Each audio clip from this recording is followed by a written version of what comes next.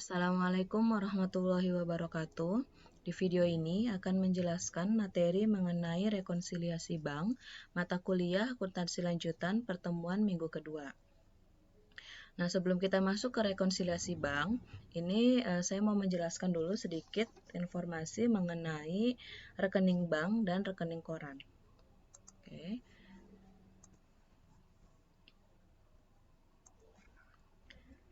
Yang pertama adalah rekening bank. Saya yakin sebenarnya di sini teman-teman sudah mengetahui semua apa itu rekening bank, tapi secara definisi, rekening bank merupakan rekening keuangan, pencatatan transaksi keuangan antara nasabah dengan bank. Ini saat ini hampir semua individu ya, hampir semua mungkin mahasiswa, dosen, terus juga karyawan-karyawan itu memiliki rekening bank karena memang selain memudahkan transaksi juga memang dituntut untuk memiliki rekening bank. Misalnya terkait dengan pembayaran gaji, kemudian pembayaran tunggakan-tunggakan itu banyak melibatkan rekening bank. Nah, sebenarnya tujuan bagi perusahaan itu sendiri, tujuan memiliki rekening bank adalah salah satunya mengurangi jumlah uang tunai yang disimpan karena seperti yang kita tahu bahwa uang tunai merupakan salah satu aset perusahaan yang paling mudah dicuri sehingga sebisa mungkin perusahaan itu tidak banyak memiliki uang tunai, namun uang tunai tersebut akan dimasukkan ke dalam rekening bank. Itu tadi untuk mengurangi, yang pada akhirnya itu adalah untuk mengurangi kemungkinan adanya kecurangan terkait dengan misalnya pencurian uang tunai dan sebagainya. Kemudian tujuan yang selanjutnya adalah memberikan pencatatan independen atas transaksi kas yang digunakan. Karena memang ketika kita melakukan transaksi menggunakan rekening bank, itu biasanya sudah otomatis akan ada buktinya gitu. Misalnya ketika kita membeli sebuah barang gitu ya, misalnya di perabotan, misalnya perabotan untuk atau peralatan kantor untuk di misalnya di kantor yang baru, itu nanti akan ada bukti pembayarannya. Kemudian di bukti pembayaran tersebut tertera jumlah yang dibayarkan, kemudian dibayarkannya di misalnya di toko apa dan sebagainya gitu. Kemudian yang terakhir lagi adalah untuk memudahkan transaksi keuangan, misalnya untuk adanya transfer itu menjadi lebih mudah dengan adanya rekening bank ini. Oke, selanjutnya.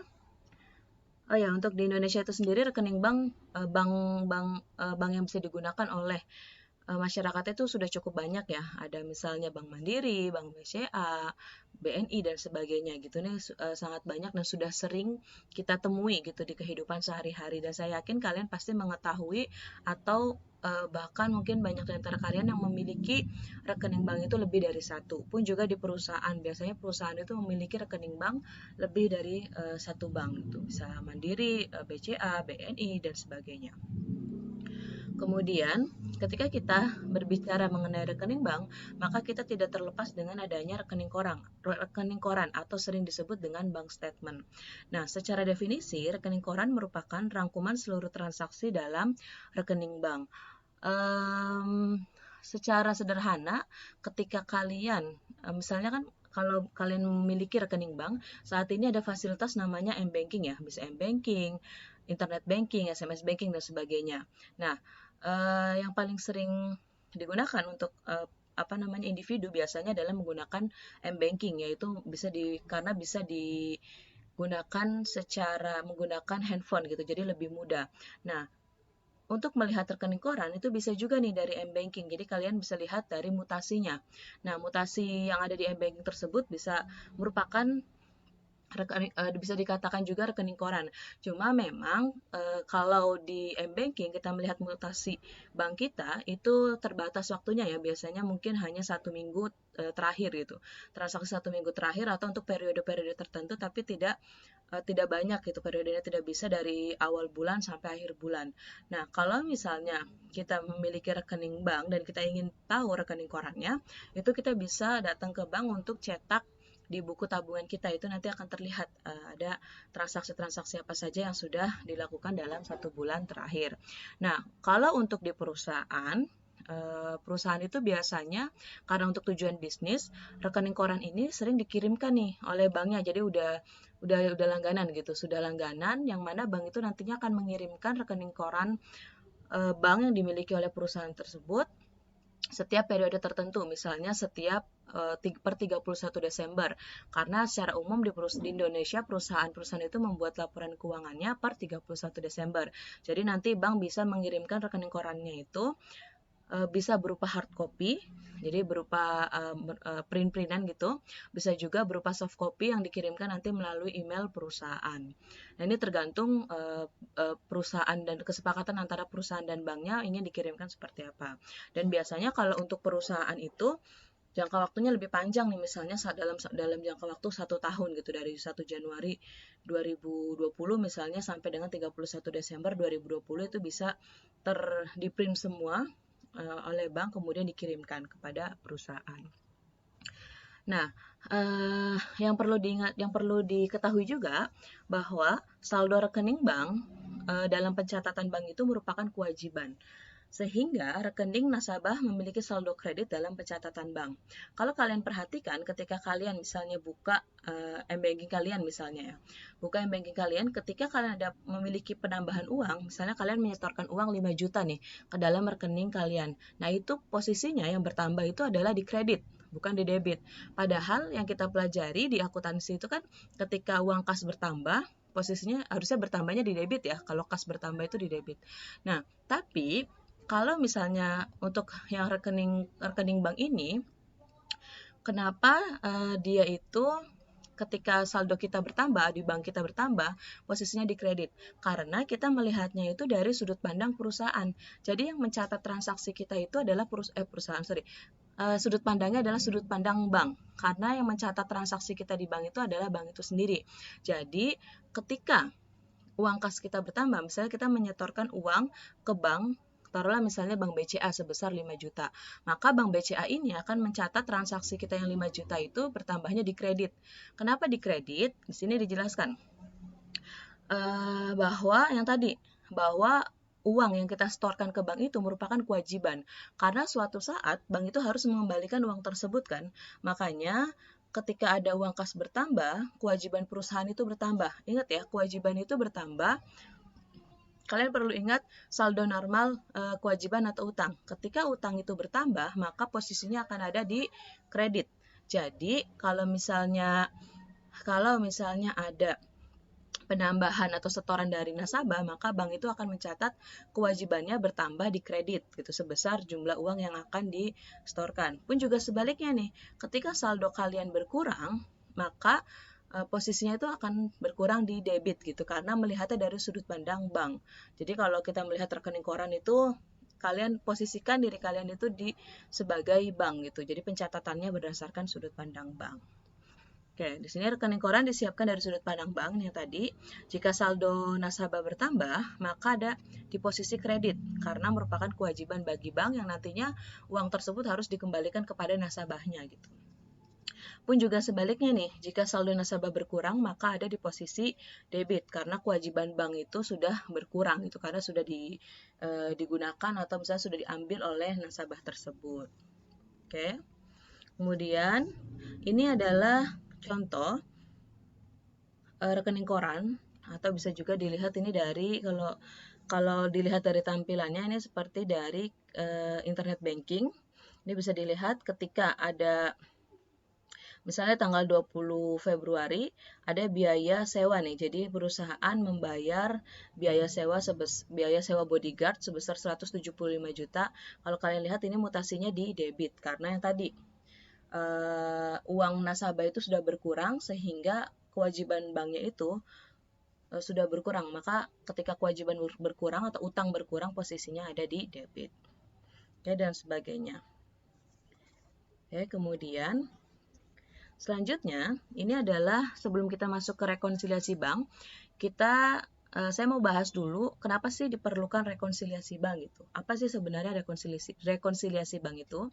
Nah, di sini yang perlu kalian tandai adalah yang pertama, suatu perusahaan ini taruhlah misalnya Mitra Mart ya. Di sini Mitra Mart ini punya Bank BNI. Oke, dia memiliki rekening bank di Bank BNI. Saldo akhirnya adalah 56.991.000. Nah, ini merupakan pencatatan yang dilakukan oleh perusahaan. Jadi perusahaan itu setiap ada transaksi yang melibatkan Bank BNI, dia akan catat nih setiap harinya. Misalnya ada transfer masuk dan sebagainya, itu akan dicatat oleh akuntannya kan ya. Dicatat oleh akuntannya untuk menambahkan atau mengurangi akun kas Bank BNI. Jadi ini yang membuat adalah akuntan perusahaan atau dari sisi perusahaan si Mitra Mart ini, dengan saldo akhir sebesar 56.991.000 per 28 Februari 2010. Nah, di sisi lain, per tanggal yang sama, 28 Februari 2010, Bank BNI juga bisa nih mengirimkan rekening koran. Rekening koran Bank BNI punyanya Mitra Mart tanggal 28 Februari 2010. Kemudian nanti akan menunjukkan nih berapa sih saldo akhir Bank BNI Mitra Mart per tanggal tersebut gitu. Nah, nantinya saldo akhir Bank BNI dari rekening koran yang dikirimkan dari bank untuk perusahaan akan dicocokkan dengan kas Bank BNI yang dibuat atau dicatat oleh akuntan perusahaan. Nah, nanti akan dibandingkan. Nah, biasanya itu seringkali ada perbedaan antara rekening saldo Bank BNI berdasarkan rekening koran yang dikirimkan oleh bank dengan saldo kas Bank BNI yang dibuat oleh perusahaan yang ada di sini. Makanya nanti perlulah dibuat rekonsiliasi bank. Tujuannya adalah untuk menyesuaikan atau mengadjust agar saldonya itu sama gitu. Pada akhir periode, pada akhir tanggal 2, misalnya ini pada tanggal 28 Februari akan sama saldonya.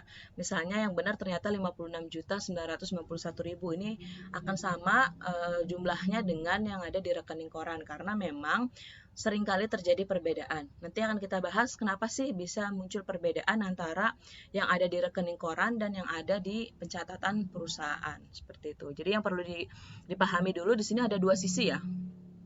Ada dua sisi, yang pertama dari sisi bank berdasarkan rekening koran, dan yang kedua adalah dari sisi perusahaan berdasarkan pencatatan yang dilakukan atau dilaporkan oleh akuntan perusahaan. Seperti itu. Oke, selanjutnya, karena ada perbedaan tersebut, maka diperlukan rekonsiliasi bank kan ya. Nah, selanjutnya kita akan lihat materi yang rekonsiliasi bank. Nah, ini materi rekonsiliasi banknya. Jadi, rekonsiliasi bank sebenarnya berguna untuk memeriksa ketelitian pencatatan dalam rekening kas dan catatan bank. Yang tadi sudah disinggung bahwa kita melihat dari dua sisi, membandingkan antara pencatatan dalam rekening kas perusahaan dan catatan bank. Kemudian, rekonsiliasi bank itu berguna untuk mengetahui penerimaan dan pengeluaran yang sudah terjadi di bank tetapi belum dicatat di perusahaan. Oke, kemudian di mana rekonsiliasi bank itu harus dibuat perbandingan antara laporan bank, rekening koran dengan catatan perusahaan. Oke. Nah, untuk item-itemnya ini sebenarnya ada apa aja sih gitu yang membedakan kenapa bisa catatan berdasarkan rekening koran dengan catatan berdasarkan perusahaan itu kenapa berbeda. Nanti ada beberapa item.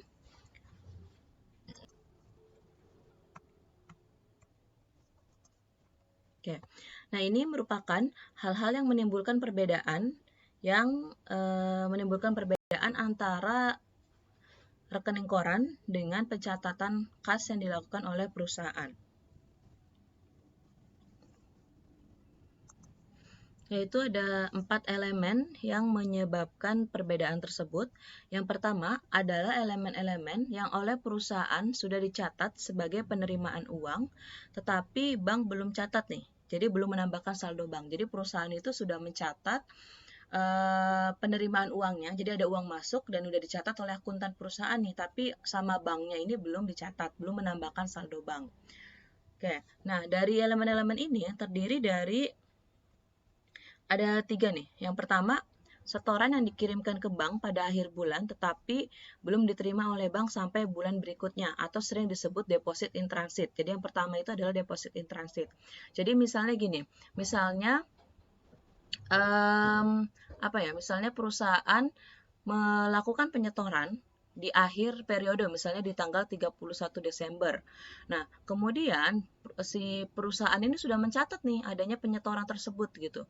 Tapi dia belum sama banknya itu belum dimasukkan, misalnya sudah atau misalnya gini, misalnya clearing. Jadi misalnya ada pihak, misalnya ada pihak ketiga dari perusahaan ingin menyetorkan atau mentransfer uang ke perusahaan melalui clearing. Nah, pada saat si pihak ketiga ini menyetorkan tersebut, dia telepon nih ke perusahaan, saya sudah transfer ya gitu, tapi pakai clearing gitu. Itu di tanggal 31 Desember. Nah, perusahaan itu akan mencatat dong, ketika dapat telepon itu dia akan mencatat adanya uang masuk tuh, misalnya sebesar 10 juta. Nah, tapi seperti yang kita tahu, bahwa sistem clearing itu membutuhkan waktu beberapa hari baru bisa masuk ke bank gitu. Sehingga pada tanggal 31 Desember itu kan ada cut off ya di situ. Jadi perusahaan itu membuat laporan keuangan per 31 Desember. Nah, sedangkan setoran tadi yang 10 juta itu dari si pihak ketiga perusahaan itu baru masuk misalnya di tanggal 2 Januari tahun depannya. Berarti di tanggal 31 Desember itu ada perbedaan nih. Perusahaan sudah mencatat yang transaksi atau transfer 10 juta tadi, sedangkan dari sisi banknya itu belum diterima, belum masuk uangnya karena pakai clearing dan baru bisa masuk di misalnya di tanggal 2 Januari tahun depannya gitu. Maka akan ada perbedaan saldo di situ karena dari sisi perusahaan sudah mencatat, sedangkan dari sisi banknya belum masuk uangnya, seperti itu. Kemudian, yang kedua adalah setoran yang diterima oleh bank pada akhir bulan, tetapi dilaporkan sebagai setoran bulan berikutnya karena laporan bank sudah terlanjur dibuat. Setoran dalam perjalanan ini juga hampir sama yang tadi, jadi dia masih di dalam perjalanan dalam hal ini adalah masih diproses gitu, belum masuk uangnya. Kemudian ada uang tunai yang tidak disetorkan ke bank. Ini juga sering nih, jadi misalnya perusahaan itu sudah mencatat uang tunai yang dicatat ke dalam misalnya kas tadi, misalnya Bank BNI, tapi ternyata belum disetorkan ke banknya. Misalnya ada nasabah yang bayarnya secara tunai misalnya 5 juta di tanggal 31 Desember jam 2 siang. Itu sudah diterima nih oleh akuntan perusahaan gitu. Dia sudah catat, kemudian akuntan ini ingin menyetorkan uangnya nih ke dalam bank. Tapi ternyata banknya sudah keburu tutup.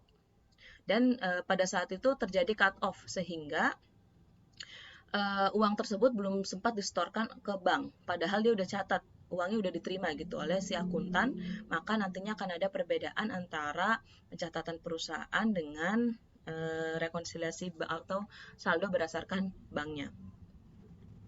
Oke, kemudian selanjutnya adalah elemen yang kedua adalah elemen-elemen yang oleh perusahaan sudah dicatat sebagai pengeluaran uang, tetapi bank belum catat. Jadi belum mengurangi saldo. Kalau misalnya yang tadi itu kan menerima uang ya, jadi perusahaan sudah menerima uang, tapi bank belum mencatat, belum menambahkan saldonya.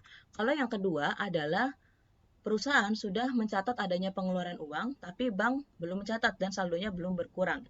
Nah, di sini contohnya adalah ada outstanding check atau cek yang masih beredar. Jadi kan seperti yang kita tahu bahwa misalnya gini, misalnya perusahaan ingin membayar pembelian gitu menggunakan cek. Jadi perusahaan itu menulis cek misalnya 100 juta nilainya untuk membeli kendaraan, misalnya membeli kendaraan menggunakan cek nilainya sebesar 100 juta. Nah, berarti pada saat perusahaan menuliskan cek tersebut, maka perusahaan akan mencatat sudah adanya pengeluaran sebesar 100 juta untuk pembelian mobil. Sedangkan cek yang tadi sudah disebutkan atau cek yang sudah ditulis tadi oleh dealer mobilnya itu belum dicairin nih. Belum dicairkan oleh si dealer tersebut gitu. Sehingga saldo di banknya kan masih utuh ya, karena dia bentuknya masih berupa cek, belum dicairkan oleh dealernya. Sedangkan kalau dari sisi perusahaan itu sudah ditulis ceknya dan sudah dicatat oleh akuntan gitu bahwa ada pengeluaran 100 juta. Tapi dari sisi bank belum, karena memang belum dicairkan oleh dealer mobilnya atas pembelian uang 100 juta tersebut. Seperti itu. Oke. Kemudian elemen yang ketiga adalah elemen-elemen yang sudah dicatat sebagai penerimaan oleh bank, tetapi oleh perusahaan belum dicatat. Misalnya ada bunga yang diperhitungkan oleh bank dicatat sebagai penerimaan tetapi oleh perusahaan belum. Jadi kan setiap akhir periode memang terkadang kita mendapatkan bunga atas saldo yang ada di bank tersebut. Nah, biasanya kita itu baru tahu nih, perusahaan itu baru tahu ada bunga ketika ketika memiliki atau ketika kita sudah mendapatkan rekening korannya. Jadi, bunga itu oleh bank sudah langsung dicatat, tapi oleh perusahaan belum mencatat karena perusahaan itu belum mengetahui gitu bahwa adanya bunga dan jumlahnya pun juga belum diketahui. Kemudian ada yang selanjutnya adalah penagihan wesel oleh bank, sudah dicatat oleh bank sebagai penerimaan tetapi perusahaan belum mencatatnya. Ya, ini jadi perusahaan bank itu jadi misalnya gini. Misalnya perusahaan jadi ada perusahaan itu memiliki customer, misalnya customer A, dia tuh sudah bayar utang kepada perusahaan sebesar 100 juta gitu atau 50 juta lah, sebesar 50 juta, dia langsung transfer nih ke bank. Pembayaran tersebut sudah langsung transfer ke bank, tapi si nasabah ini, si konsumennya perusahaan ini belum confirm nih kepada perusahaan bahwa dia sudah membayar utang. Jadi kan secara logika bahwa ketika si konsumen tersebut sudah transfer ke bank, maka secara otomatis saldo di bank itu sudah bertambah.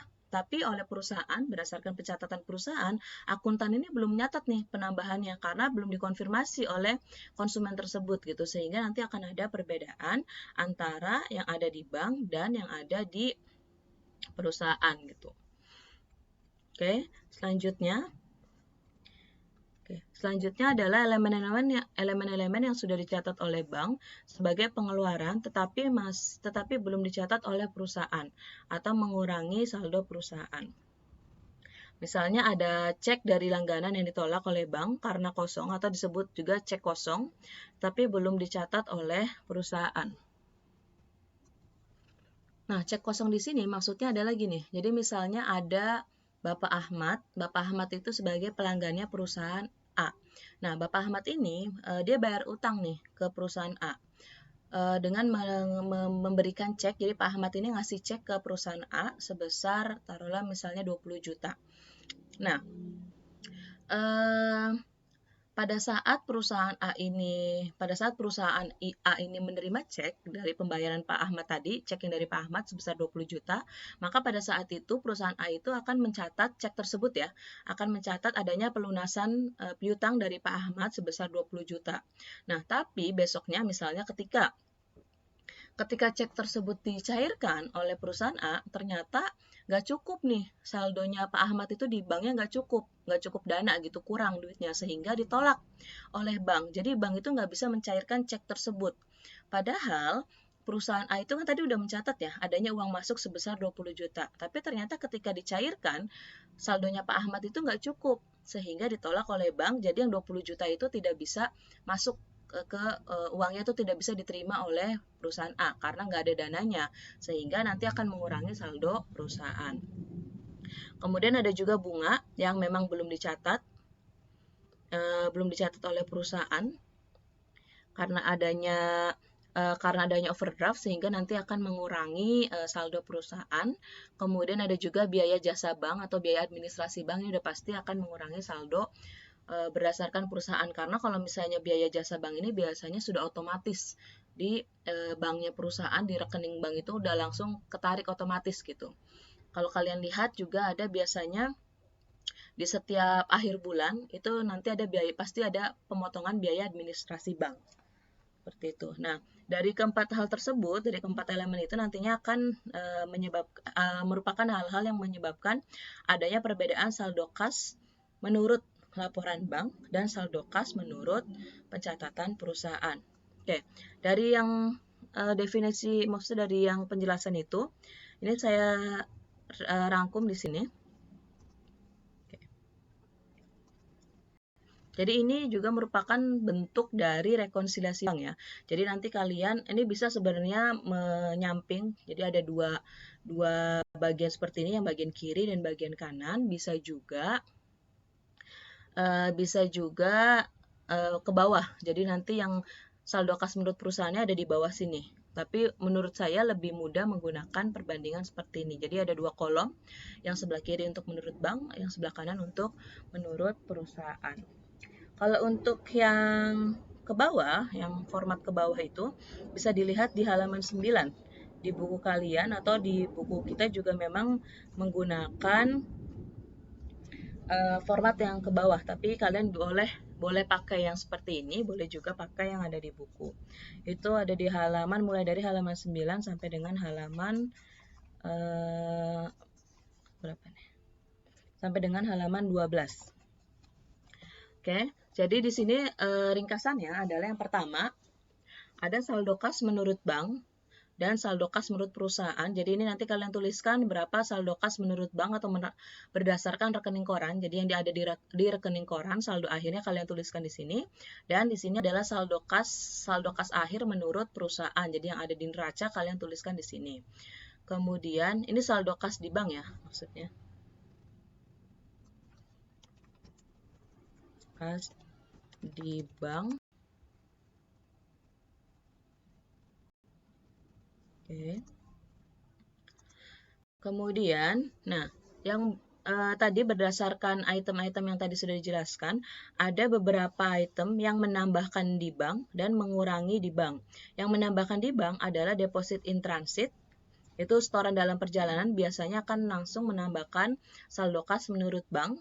Kemudian ada uang tunai yang tidak disetorkan, itu juga akan menambahkan saldo kas menurut bank. Kemudian ada outstanding check. Outstanding check ini adalah cek yang masih beredar atau cek yang belum dicairkan, nanti akan mengurangi saldo menurut bank. Jadi saldo berdasarkan rekening koran akan dikurangi dengan cek yang masih beredar. Kemudian ada bisa menambahkan atau bisa mengurangi juga berdasarkan kesalahan pencatatan bank. Jadi misalnya banknya salah catat, harusnya misalnya 100.000, ternyata dicatatnya adalah 10.000. Nah, itu merupakan kesalahan pencatatan bank dan bisa menambahkan atau mengurangi saldo kas menurut bank. Kemudian di sebelah kanan itu ada saldo kas di bank menurut perusahaan. Yang pertama adalah ada penagihan wesel tagih atau piutang. Penagihan piutang yang dilakukan oleh bank ini akan menambahkan saldo kas menurut perusahaan, ditambahkan dengan pendapatan bunga atas wesel tagih tersebut dan dikurangi dengan biaya penagihan atas wesel tagihnya. Jadi nanti ini langsung kalian jumlahkan berapa, baru nanti sisanya akan mempengaruhi saldo kas di bank menurut perusahaan. Kemudian ada juga pendapatan jasa giro atau pendapatan bunga bank, ini akan menambahkan saldo kas di bank menurut perusahaan. Kemudian selanjutnya adalah cek kosong atau cek yang tidak cukup dana. Ini akan mengurangi saldo kas bank menurut perusahaan. Jadi langsung dikurangi karena tadi sudah dijelaskan ya bahwa perusahaan itu sudah mencatat penerimaan dari cek, tapi ternyata ketika dicairkan ceknya itu nggak cukup dananya, sehingga harus dikurangi lagi saldonya. Kemudian ada biaya administrasi bank, ini akan mengurangi saldo kas di bank menurut perusahaan. Kemudian ada biaya lain-lain, misalnya ada biaya kartu, ada safe deposit box, dan sebagainya. Ini mengurangi juga saldo kas di bank menurut perusahaan. Kemudian di sini juga ada error atau kesalahan pencatatan yang dilakukan oleh perusahaan. Nah, ini bisa menambahkan atau mengurangi, tergantung nanti kesalahannya seperti apa.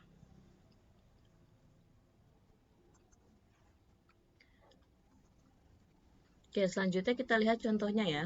Jadi ini adalah rekonsiliasi bank PT Risa. Contoh untuk rekonsiliasi bank PT Risa per tanggal 31 Desember tahun 2015. Nah, di sini ada beberapa informasi. Yang pertama ada laporan bank. Ada beberapa item di sini, ada jasa giro, kemudian ada biaya bank, ada saldo akhir banknya, ini berdasarkan laporan banknya ya. Kemudian ini ada catatan kas perusahaan, ada setoran dalam perjalanan, ada uang kas yang tidak disetor, dan kemudian ada outstanding check di sini atau cek yang masih beredar, ada beberapa nomor, dan ada kesalahan pencatatan penerimaan. Oke.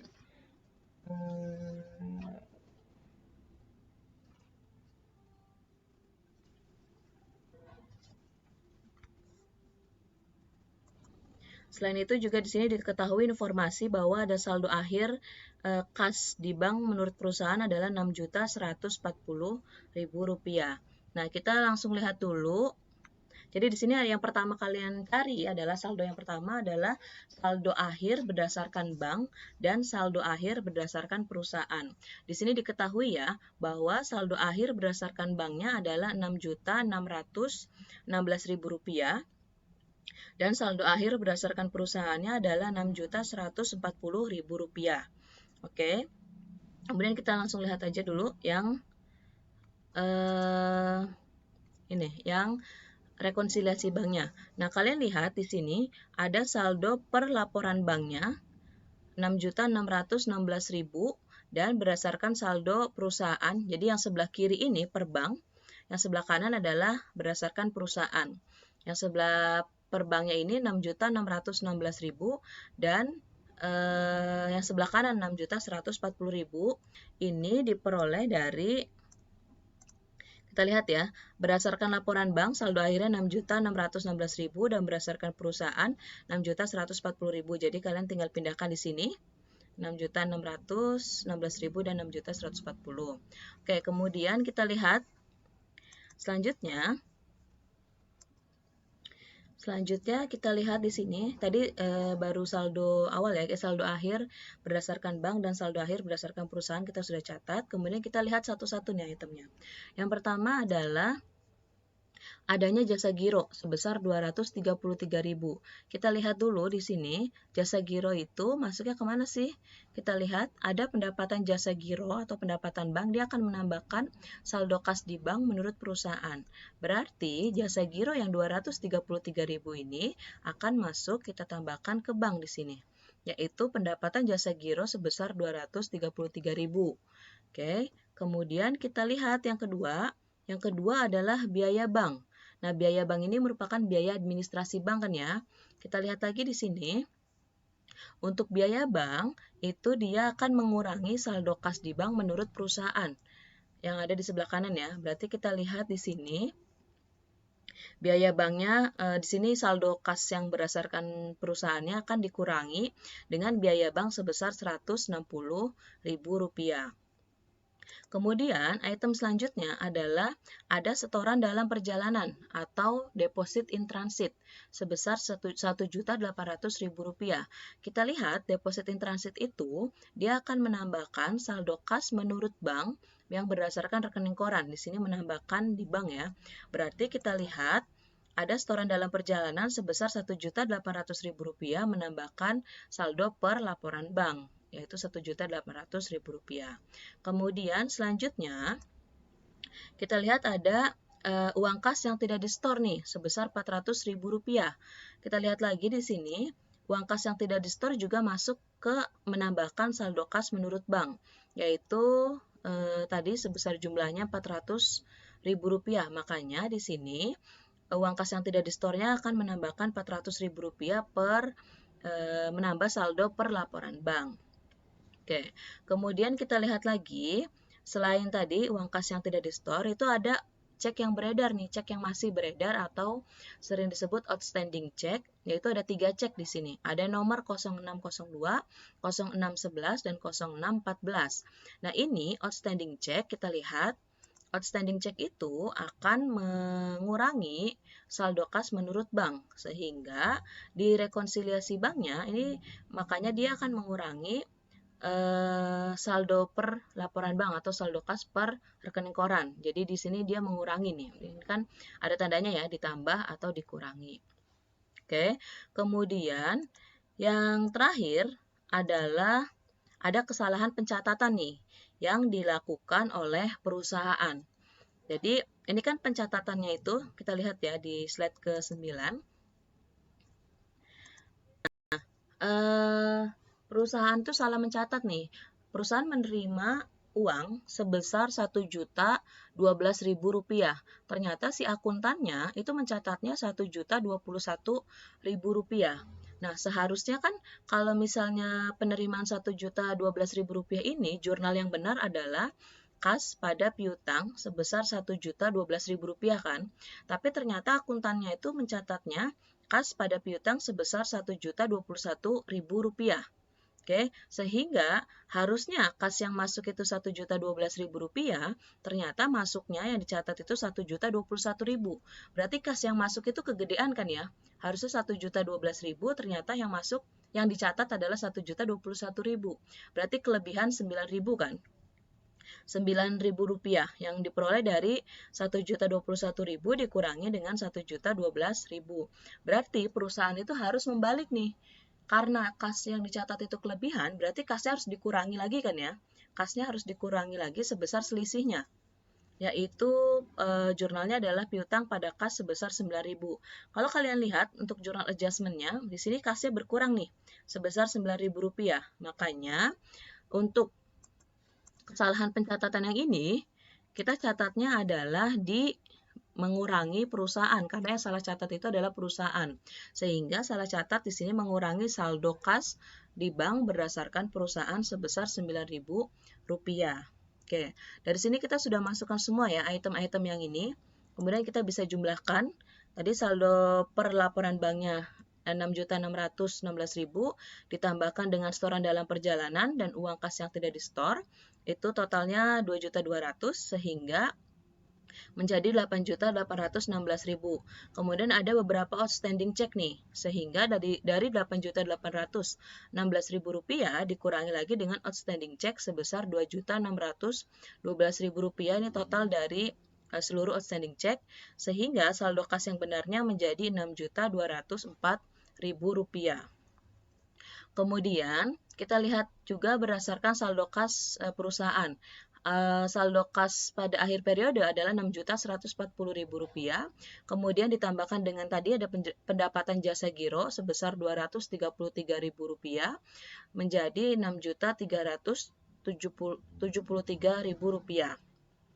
Kemudian dikurangi ada biaya bank, biaya administrasi bank Rp160.000, dan tadi karena adanya kesalahan pencatatan sebesar Rp9.000, sehingga saldo kas yang benar adalah Rp6.204.000. Yang perlu digarisbawahi di sini adalah kalian harus pastikan bahwa saldo kas berdasarkan laporan bank dan saldo kas berdasarkan perusahaan setelah dilakukan rekonsiliasi bank itu jumlahnya harus balance atau harus sama antara saldo kas per laporan bank dan saldo kas berdasarkan perusahaan.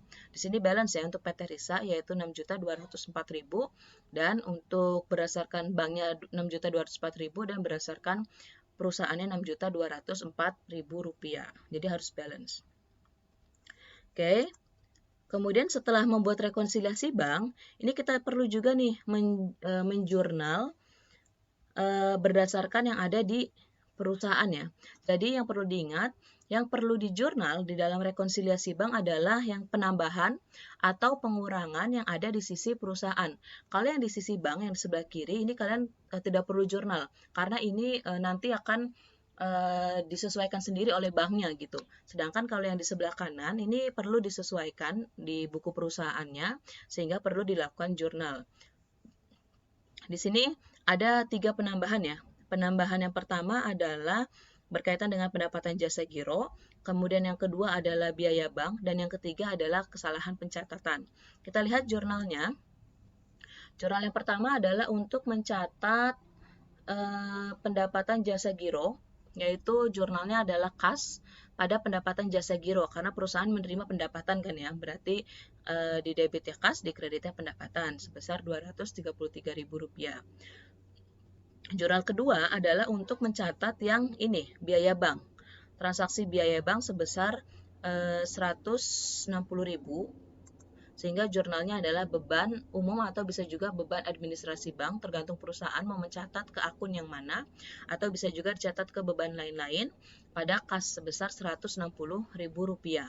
Kemudian yang terakhir adalah jurnal yang tadi kita sudah buat nih awalnya seperti ini, yaitu jurnal yang ketiga untuk mencatat kesalahan pencatatan piutang tersebut gitu, yaitu jurnalnya piutang pada kas sebesar Rp9.000. Nah, dari ketiga ini juga bisa nih kalian boleh jurnal satu persatu untuk setiap transaksi atau bisa juga digabungkan, yaitu kas Kas ini 64.000 itu diperoleh dari di debit 233.000 dikurangin 160.000 dikurangi 90.000. Jadi kasnya adalah Rp64.000. Kemudian beban umum sebesar 160.000, piutang 9.000 dan dikreditnya adalah pendapatan jasa giro sebesar 233.000. Ini sebenarnya kalian tinggal gabungkan aja sih. Dari 3 jurnal ini kalian bisa gabungkan ke dalam satu jurnal seperti ini. Tapi kalau bingung menggabungkannya, kalian boleh menjurnal satu persatu seperti ini. Oke, untuk lebih jelasnya nanti saya akan berikan latihan agar lebih memahami mengenai rekonsiliasi bank. Untuk materi hari ini saya cukupkan, kurang lebihnya mohon maaf. Wassalamualaikum warahmatullahi wabarakatuh.